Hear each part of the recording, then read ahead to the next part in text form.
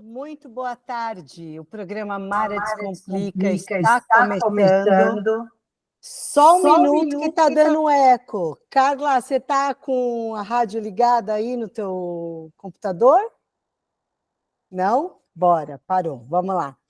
Boa tarde para todo mundo. O programa está começando e eu quero dizer para você que chegou aqui hoje que esse programa fala sobre finanças pessoais e histórias de empreendedorismo. E quero agradecer você que está com a gente de Ohio, Estados Unidos, Barreiras, na Bahia, Jaboticatubas, em Minas, Betim, Itaguara, Ouro Branco, Moeda, BH, muito obrigada por estarem conosco. E hoje, a nossa entrevistada, ela é referência no ramo, ela tem mais de 1.200 livros publicados e ela trabalha com celebridades contando essas histórias. É isso, né, Carla? Olá, Mara, é Carol. Eu não sou nem Ô, meu. Carol! Pensei que era Cá, desculpe. Imagina, imagina. É isso mesmo. Eu trabalho com muitos artistas, empresários, professores universitários. A gama de clientes aqui é bastante vasto. Isso é Isso é legal. legal. E eu quero dizer para você também que está nos acompanhando, que eu e a Carla vamos responder as dúvidas de vocês. E se quiserem mandar comentários também, a gente está à disposição. Você pode mandar pelo site da rádio ou pelo WhatsApp da rádio. A gente fica aqui esperando. E eu vou começar perguntando para a Carla como que você começou nessa carreira, nesse nicho de mercado com celebridades? Então, quando começou a pandemia, a gente percebeu que as pessoas estavam precisando se reinventar, estavam fechadas, os cantores estavam sem shows, os artistas sem gravar, né, as atrizes, os atores. E aí eu tive a oportunidade de conhecer uma pianista que é referência mundial, chamada Juliana D'Agostini. Tive a oportunidade de publicar o livro dela no meio da pandemia. E o resultado foi tão positivo que eu comecei a olhar para esse nicho de uma forma mais especial. E também pela minha referência, né? Eu comecei a publicar livros com 19 para 20 anos, hoje eu estou com 38 anos, quase 20 anos de experiência, fora uma experiência que eu tinha no ramo gráfico. Então, eu acabei abordando aí algumas pessoas pela minha experiência e, graças a Deus, muitos deles aceitaram publicar livro comigo. Que legal. Então, você sempre fez isso, sempre trabalhou nesse segmento. Isso, eu fui trabalhar com 17 anos numa indústria gráfica, passei por todos os setores, até que eu cheguei na área comercial, e aí, quando eu cheguei no comercial, fui atender várias editoras, que foi assim, por isso que eu até fui empreender nessa área, e eu comecei a perceber uma série de falhas que na época as editoras cometiam, e eu falei, por que não tentar, né, porque eu não sabia se ia dar certo, oferecer um serviço mais rápido, mais ágil. E aí foi quando eu decidi, dos 19 para os 20, abrir minha própria empresa. E graças a Deus deu super certo. Amém. E assim, aí eu acho que a gente tem que avaliar duas oportunidades, né? Primeiro que você viu aí uma falha, entre aspas, né, nesse mercado e falou, vou tentar, né? E a vida do empreendedor é essa, né? A gente tenta, acerta, erra, corrige, volta, né, Carol? Sim, exatamente. E é engraçado que muitas pessoas às vezes me perguntam, porque as pessoas veem os 5 minutos da fama de um Do lançamento, certo, né? do lançamento do livro que deu certo, que está cheio de gente, a fila enorme, a imprensa.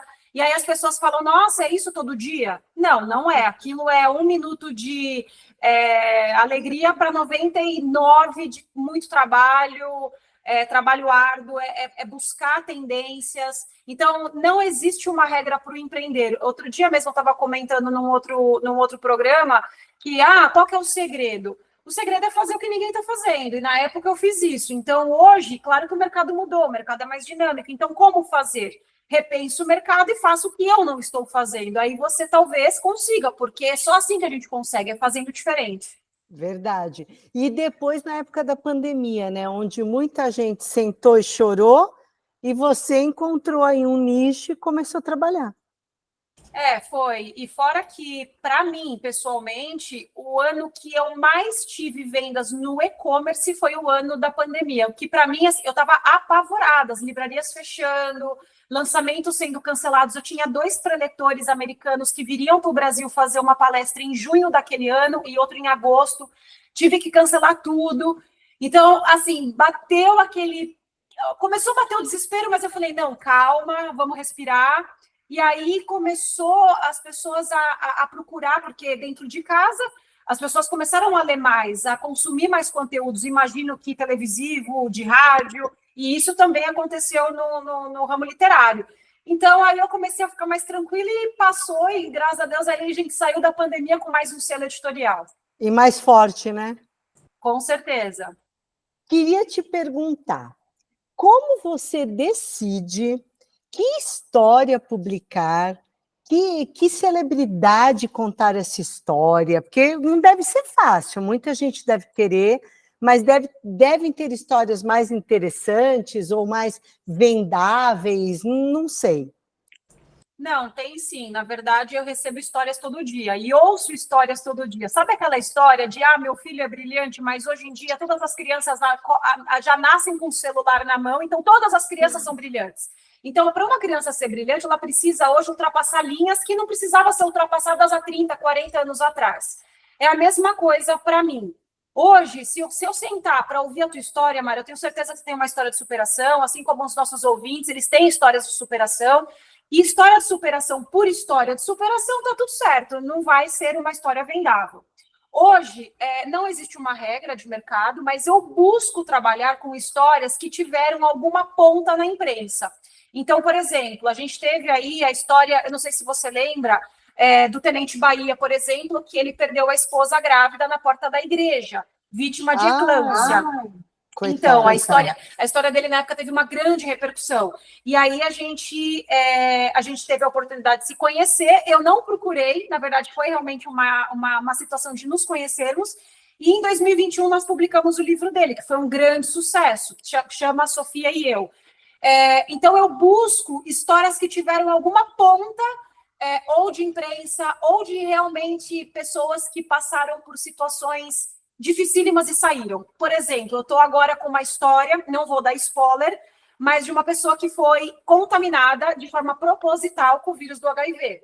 Então, claro, tem toda uma situação jurídica que envolve uma história como essa, mas é uma história interessante, porque ele me mostrou as fotos de hospital, as fotos de como ele está hoje, ele se tornou uma pessoa, um porta-voz. No ano passado, por exemplo, eu publiquei a obra da Desirê Freitas, que foi uma das vítimas da Cati Torres, que foi agora sentenciada a 8 anos de prisão, há 2 meses atrás, se eu não me engano. Então, são histórias como essa que teve repercussão que hoje, obviamente, a gente investe mais, mas nada impede, claro, de algum ouvinte me contar a sua história e eu me encantar e sim arriscar aí uma publicação. Ou a apresentadora também, né? Com certeza. Vou te dar meu e-mail no final. Tá bom. Pessoal, agora são 12 horas e 9 minutos. A gente está indo para o nosso primeiro intervalo, mas não sai daí que a gente volta já já com esse bate-papo delicioso aqui com a Carol Dias. Fica com a gente, @Mara Descomplica. Voltamos agora 12 horas e 17 minutos. E eu quero dizer para você que pode mandar pergunta e comentário, hein? Vamos lá. Carol, como é lidar com a história de uma celebridade, mas manter a privacidade também? Porque eu calculo que as pessoas também não queiram falar tudo. Ou estou pensando errado? Não, você está super certa. Na verdade, quando eu sento para ter a gravação com eles, ou quando eles me entregam os manuscritos, eu faço uma triagem do que vai ser publicado e do que não vai ser. E quando a gente faz um trabalho com jornalistas, a mesma coisa, porque eles acabam, né, dentro de uma conversa, se soltando um pouco mais, falando um pouco mais. Enfim, eu sou a responsável pela triagem, porque a ideia da publicação e de fazer o livro para eles é elevar a autoridade deles e não gerar nenhum tipo de constrangimento ou cancelamento. Imagino, não deve ser fácil, não. E o mercado de notícias sobre celebridades, você acha que mudou muito depois das redes sociais? Porque você é de uma época antes e depois, né? Eu acho que a nossa geração agora, ela sofre um pouquinho, né? Porque eu vim do analógico, passei pelo digital, os que nasceram aí nos últimos 15 anos são só do digital, e sim, mudou completamente a ideia de se publicar livro, como se publica, o tipo da abordagem. Hoje, por exemplo, eu tenho estratégias para o meu negócio que eu nunca pensei há 20 anos atrás em um dia ter, ou há 10 anos atrás, porque realmente a comunicação mudou demais.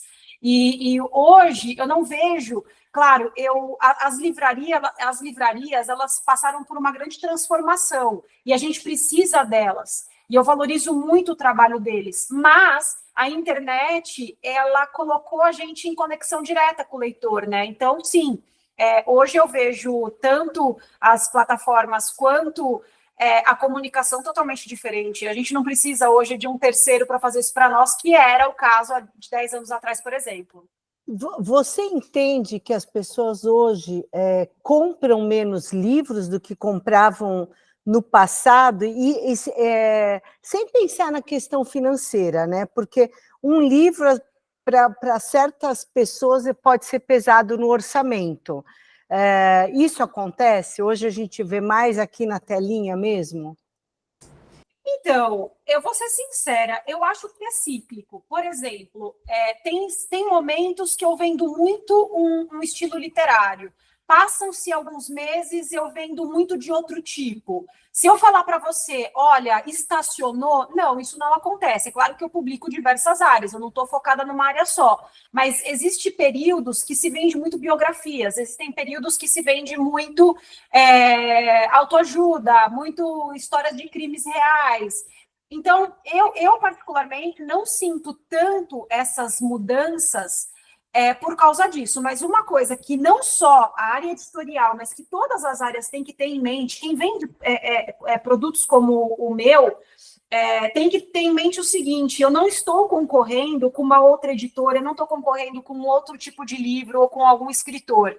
Eu literalmente entendo que eu estou concorrendo com o tempo das pessoas. Porque você comprar um livro hoje de 50, 70 reais, que às vezes é uma assinatura mensal de uma streaming, ela tem que ter em mente que ela vai ter que ter o tempo para aquilo. Então, o que eu percebo, por exemplo, nas minhas redes sociais é: nossa, eu comprei esse livro e não tive tempo de ler. Nossa, eu comprei essa coleção inteira e não tive tempo de ler. Então, hoje, o perfil de livros que eu publico são perfis de livro de 2, 3 horas, que o leitor pega aquela folhada e ele consegue ali ler o livro dele, porque grandes enciclopédias, livros, não é mais o perfil do público que eu trabalho hoje.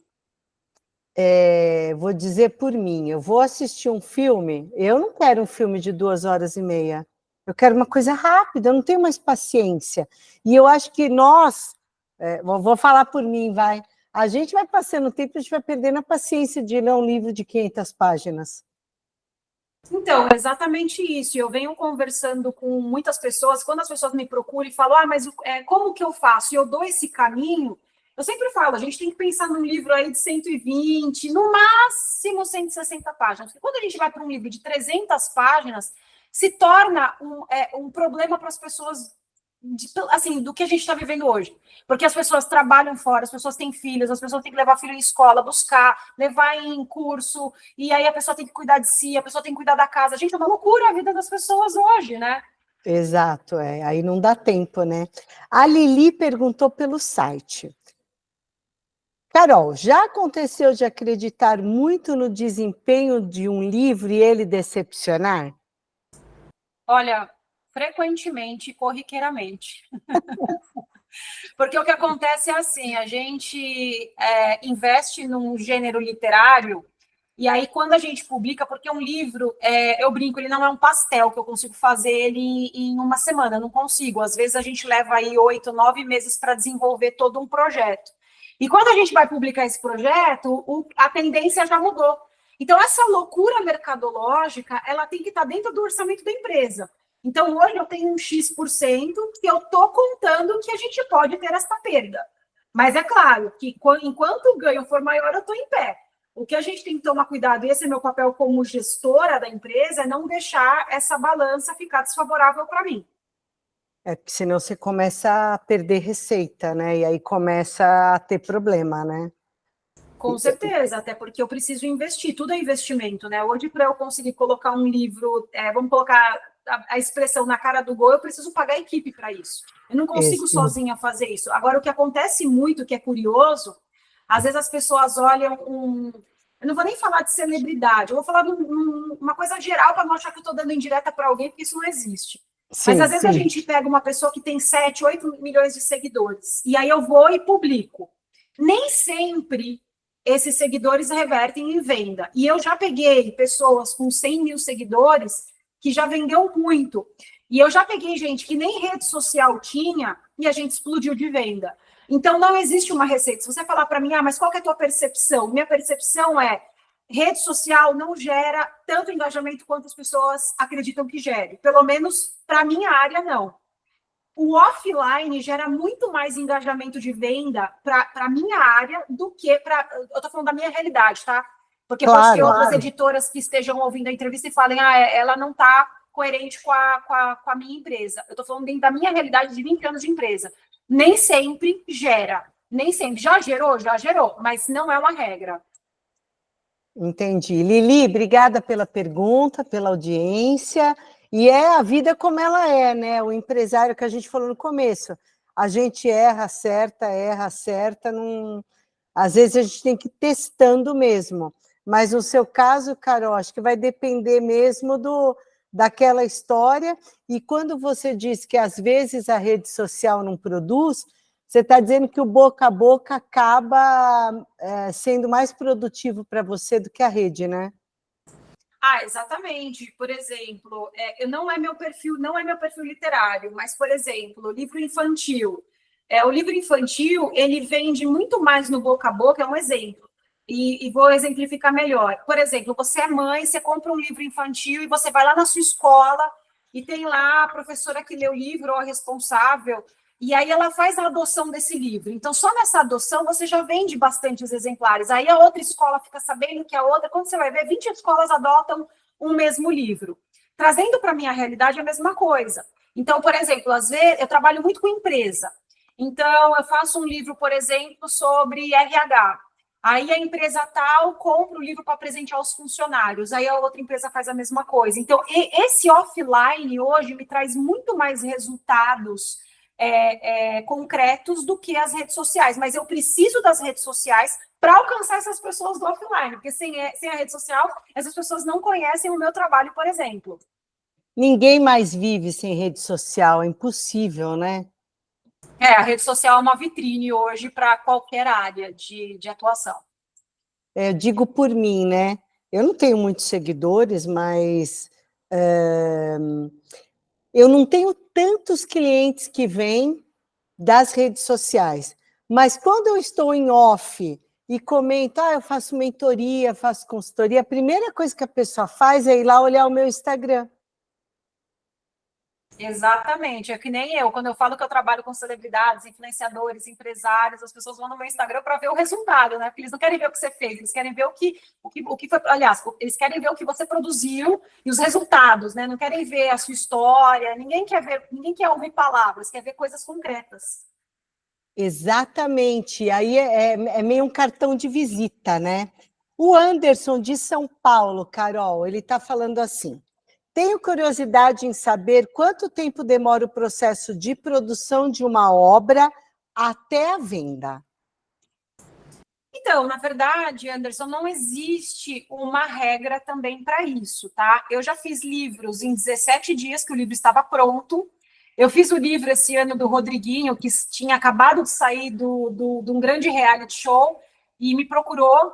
E em 45 dias, mais ou menos, a gente conseguiu produzir essa obra para ele, que também foi uma coisa que a gente mergulhou. E eu já tive uma obra que eu levei 8 meses para fazer, 9 meses, porque passavam por muitas pessoas. Então, não existe uma fórmula fechada ou um jeito só de ser feito. Agora, uma coisa é fato, quanto mais o autor tiver clareza do que ele quer, mais rápido é o processo editorial. Obrigada, Anderson, pela pergunta, adorei. E aí, Carol, como você vai utilizar mais horas da sua vida, né, do seu trabalho, para produzir um livro e menos para produzir outro? Os livros que você demora 8 meses, 1 ano, ele é proporcionalmente tão mais caro do que um livro que demorou 40 dias, 18 dias? Olha, sua pergunta é interessante, mas não, porque na verdade a gente faz um cálculo de preço de venda baseado em número de páginas, não baseado em quanto ele custou a produção. Porque a gente pode ter livros aí de 200 páginas, por exemplo, um livro de 200 páginas, que foi esse que eu levei 8 meses. Hoje a gente vende ele a R$ 79,90, porque ele é um preço dentro do mercado. Eu não posso, se eu fugir muito do que o mercado atua, eu inviabilizo a venda, né? Eu inviabilizo totalmente. Entendi. Então, você, como empresária, precisa procurar celebridades, pessoas, empresários, influencers, que saibam exatamente o que eles querem, para agilizar o teu trabalho e você não ficar muitas horas naquele produto, né?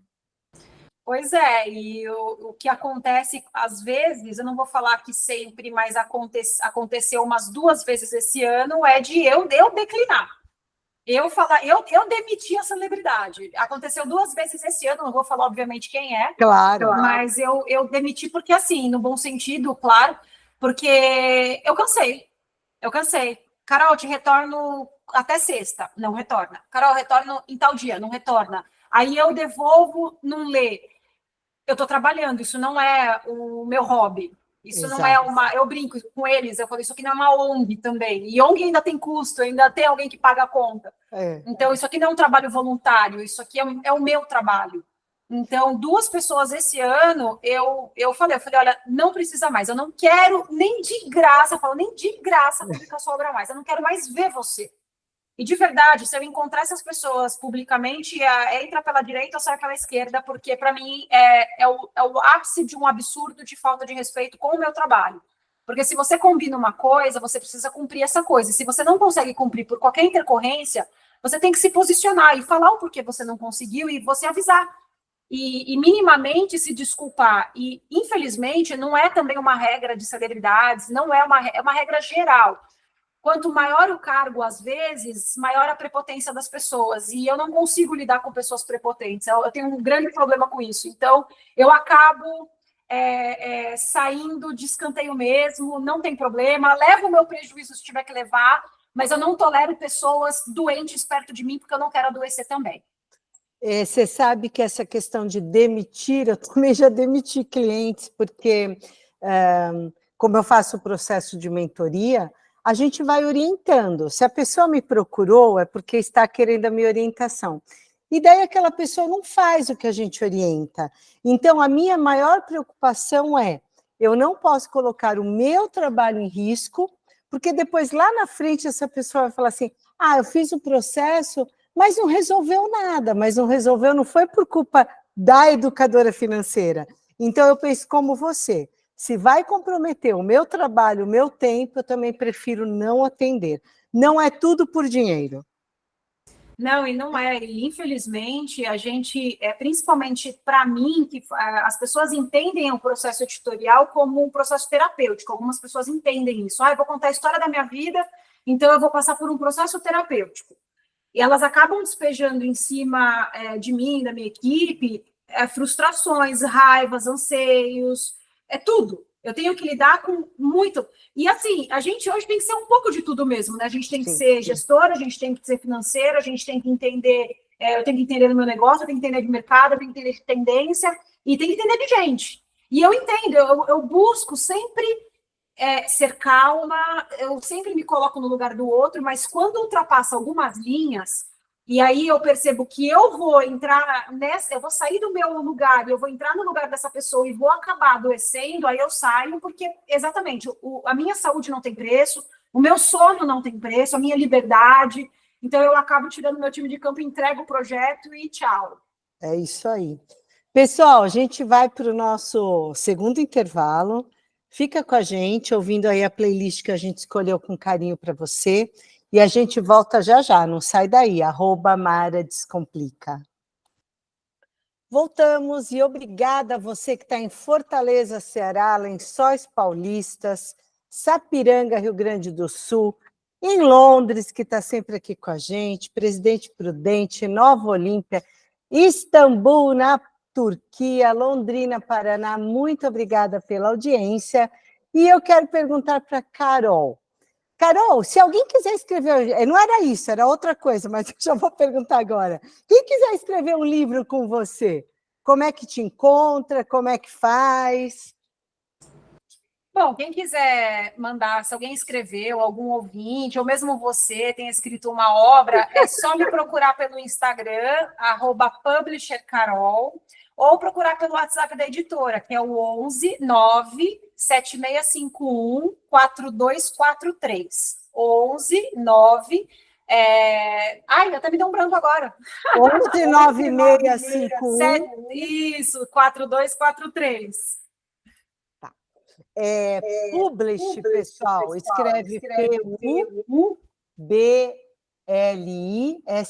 né? Isso mesmo. Vamos lá. Eu queria te perguntar se alguma vez, aí eu vou entrar no ramo, no meio da fofoca, você publicou alguma coisa e depois a celebridade não gostou que aquilo tinha sido escrito, não olhou direito e aprovou, e depois se arrependeu, porque às vezes a repercussão não foi boa? Não, isso nunca aconteceu, até porque eu todo passo a passo com eles, ou com qualquer cliente que seja, até porque a metodologia é a mesma, eu mando para aprovação e peço para ler. E eu explico, principalmente para o artista, que o impacto é diferente. Então, sim, não aconteceu, mas porque eu também fico. Eu sempre conscientizo eles. Então, lê de novo, vê se você quer contar isso mesmo, vê se está tudo certo. E eu dou tempo para pensar, né? Então, por exemplo, quando a Samara Filippo colocou no livro dela e ela mostra, ela conta para o mundo que ela é bissexual, essa conversa a gente teve durante meses. É isso mesmo? Você quer contar? Tá tudo certo com a família? Tá alinhado? Porque primeiro o impacto que vem é dentro de casa, né? E depois nas pessoas próximas e tal. E não é só ela, outras pessoas também, quando contam um pouco a mais, eu sempre peço um pouco de cuidado. Porque às vezes a pessoa quer desenterrar uma história de 30 anos, mas que hoje o impacto vai ser diferente do que de 30 anos atrás, porque as mídias sociais estão aí para isso, né? Então, eu sempre conscientizo e sempre dou esse tempo para eles pensarem. Legal, você já orienta para evitar problema lá na frente, né? Eu oriento porque eu sei que como é que eu falo, os fofoqueiros de plantão vão comprar o livro, né? Então, eu sei que eles vão contar, eles vão ler primeiro, eles vão. Até porque a gente faz os pré-kits, né, para a imprensa. Então, a gente sabe que vai soltar. E o impacto pode ser positivo ou não. Então, isso daí é conta e risco deles, e eu estou com as aprovações por escrito, não é nada por telefone, então eu estou isenta de qualquer consequência ruim que possa vir, não só para eles, como para qualquer cliente. Sensacional. E é por isso que eu falei que era no ramo da fofoca a pergunta, né?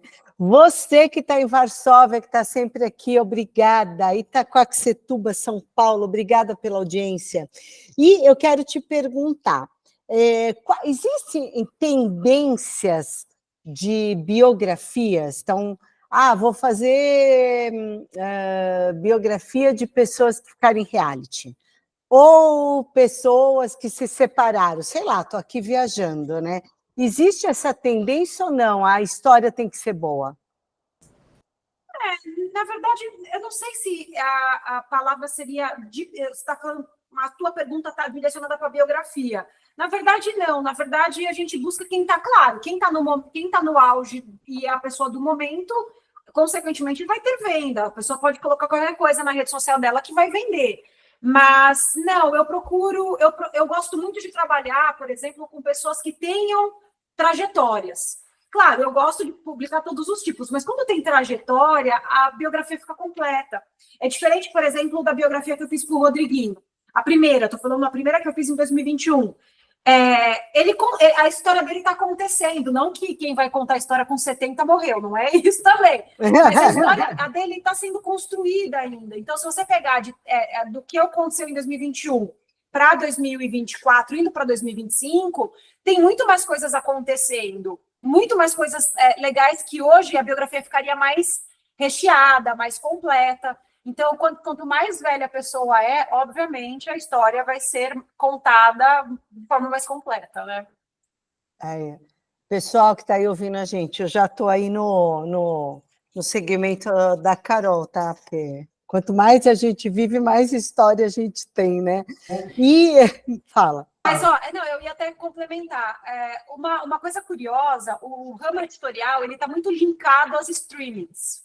Então, quando você vê que a streaming está produzindo muito histórias de crime real, você pode ter certeza que muitas editoras estão produzindo livros de histórias de crimes reais. Então, tá vendendo muito romance na livraria, na streaming, possivelmente. Uma coisa indireto, mas elas têm uma certa ligação. É muito louco isso.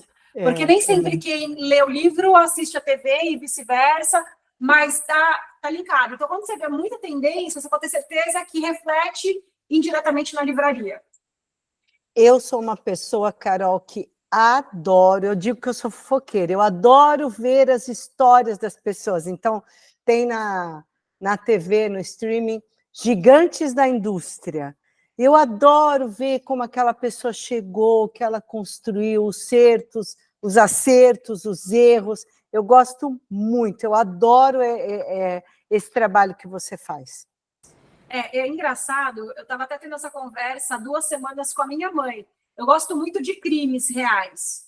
E aí ela até falou, mas ninguém fala da fulana que é heroína, a pessoa só fala dos assassinos. E, na verdade, o que me atrai é entender como a mente dessas pessoas funciona. Então, claro, eu publico, obviamente, a vítima, mas se eu tivesse a oportunidade de publicar a grande mente, por exemplo, uma pessoa que cometeu aí atrocidades, essa pessoa, depois de um período de tratamento, preso, se eu tivesse a oportunidade de escrever, eu gostaria. É pesadíssimo, seria um desafio e tanto para mim. Mas por quê? Porque eu sou uma pessoa que gosto de entender como a mente daquela pessoa funciona.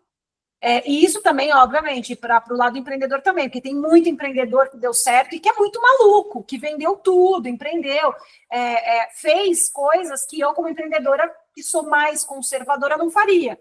Então, sempre o oposto me atrai demais nesse sentido literário e também de TV. É uma coisa que eu consumo muito. Também gosto. Helena, de Minas Gerais. Obrigada, Helena, pela audiência.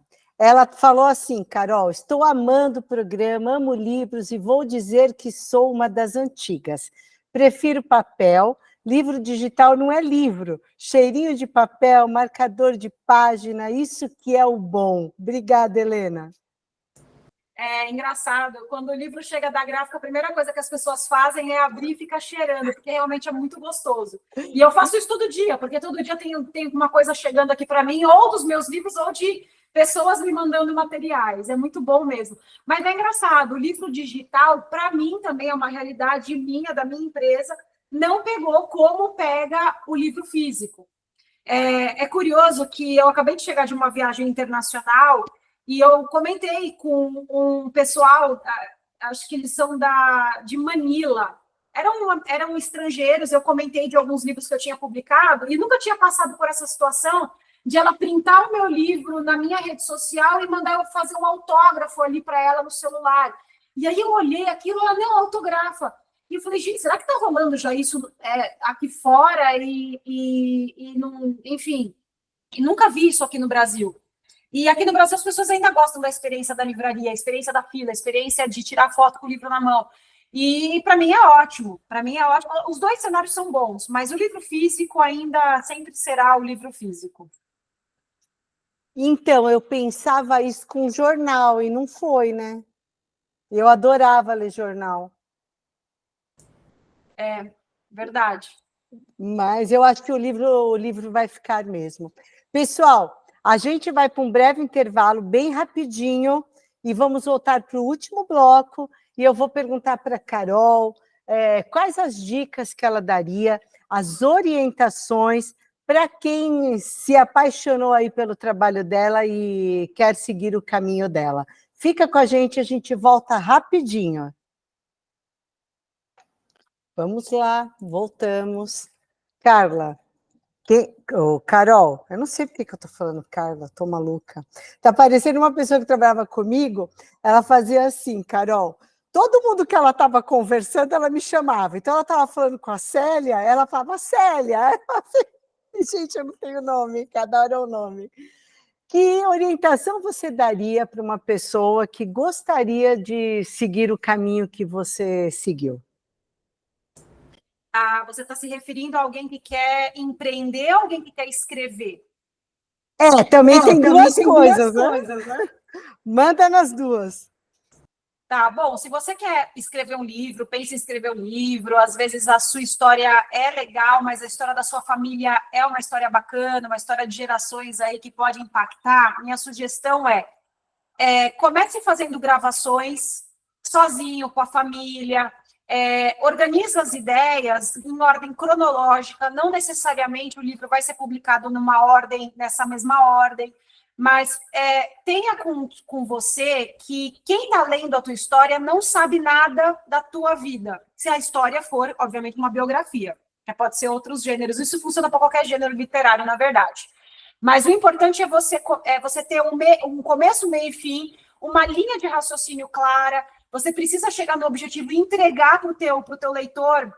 Você tem que fazer a entrega plena. Se você prometeu um título para ele, você tem que fazer essa entrega desse título para ele. Então, se você está falando para ele que, um exemplo, você quer ensinar ele a descomplicar a vida financeira, você tem que fazer essa entrega no livro. Senão, você vai ter problema aí, não só com crítica, mas também com a tua reputação. Agora, se você quer ir para o ramo literário, eu diria que o ramo literário é muito difícil, assim como todos os ramos, mas nada é impossível. E como eu falei aqui no começo, não se espelhe em mim ou em quem está no mercado. Você precisa entrar fazendo algo diferente. Antes de abrir a editora, eu não tive uma editora, eu nunca tinha trabalhado numa estrutura editorial.